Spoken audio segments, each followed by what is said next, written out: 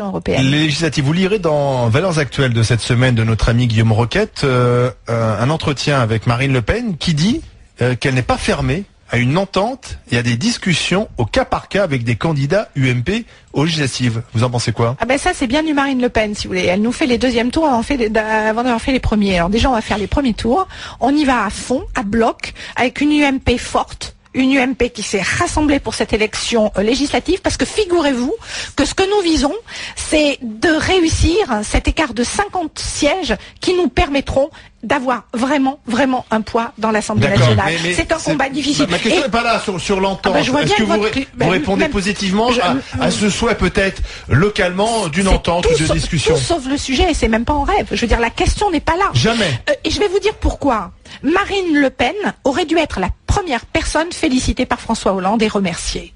Parce qu'elle a fait l'élection de François Hollande. C'est Marine Le Pen qui... Alors, s'il y a un point commun, il n'y en a pas d'autre. S'il y a un point commun entre François Hollande et François Mitterrand, ça n'est pas la diction et la gestuelle. Comment elle a fait l'élection de François Hollande? Eh ben, pour une raison extrêmement simple. C'est que la gauche ayant déserté la question sociale depuis bien longtemps, ayant laissé les ouvriers sur le bord de la route, Marine Le Pen s'est frotté les mains en récupérant...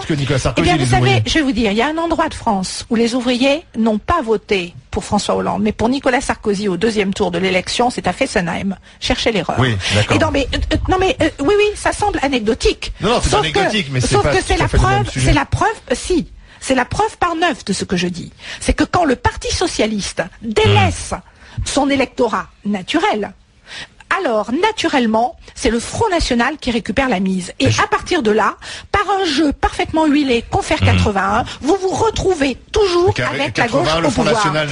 Avec la gauche au pouvoir. Souvenez-vous de Jean-Marie Le Pen. Mais non, Jean-Marie Le Pen n'était pas candidat en 81, Marianne Monchamp.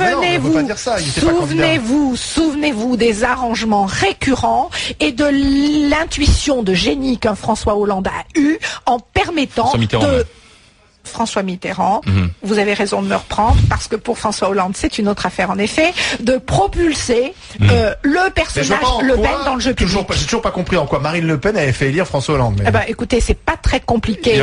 Elle a dû appeler à voter Nicolas Sarkozy récurrent, et elle a elle-même, en décidant d'appeler par son propre vote à un vote blanc, elle a tout fait pour disqualifier Nicolas Sarkozy. Elle aurait dû appeler à voter Nicolas Sarkozy. Elle aurait dû tout simplement ne pas pactiser comme elle l'a fait avec cette gauche socialiste, parce qu'aujourd'hui, il faut rétablir cette vérité, c'est que si François Hollande est au pouvoir, on le doit en grande partie à Marine Le Pen. Puisqu'on parle